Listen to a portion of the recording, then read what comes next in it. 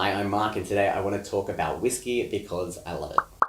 Now, nothing Mark Twain ever did is particularly remarkable. I didn't even finish reading Huck Finn, although I did give it a red hot go. That said, he did make one wise observation, and that is that too much of anything is a bad thing, but too much good whiskey is barely enough. It's in this line of thought that I present to you Australian Whiskey Holdings, a little stock I'm watching because who doesn't love whiskey and who wouldn't want to own shares in this superb looking whiskey distillery? At 4 cents a share, it's super cheap, which might be because it's yet to turn a profit. That said, it managed to raise $8 million to expand its operation, so someone successful must believe in it.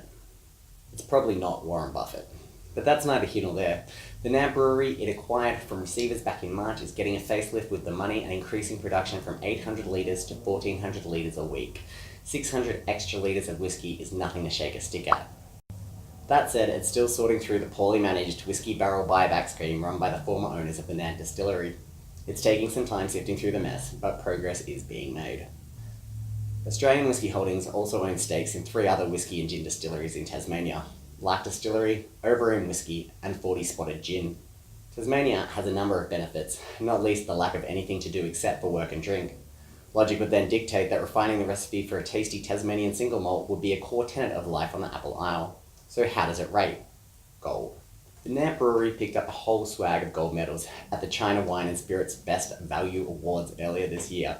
For comparison, the following athletes became household names by winning just 1 gold medal: Kathy Freeman, Sally Pearson, and Stephen Hooker. The company's growing relationship with the Chinese market could be advantageous in the current political climate, specifically the 25% tariff the Chinese slapped on whiskey imports from the US in retaliation for tariffs applied to Chinese goods by the Trump administration. The opportunity here to clean up with cheaper Australian imports is ripe for the picking, much like these grapes. Local whiskey consumption is on the rise too. Markets once dominated by beer are being impinged upon by spirits, with Roy Morgan research telling the Shout back in March that Australians are increasingly turning to a range of spirits including whiskey, gin and vodka for their alcohol consumption. That said, it might be a while before AWI finds itself in the black. It's a long way off and it's outlaid quite a bit of capital expenditure. It's probably worth noting there's not a lot of activity in Australian Whiskey Holding shares either, making them not very liquid and probably slow to move. Technical details aside, the current whiskey environment, the developing market opportunities, and the recent capital raising exercise all bode well for Australian Whiskey Holdings, and it definitely shows promise. It's unfortunate the same cannot be said for the adventures of Huckleberry Finn or Tasmania.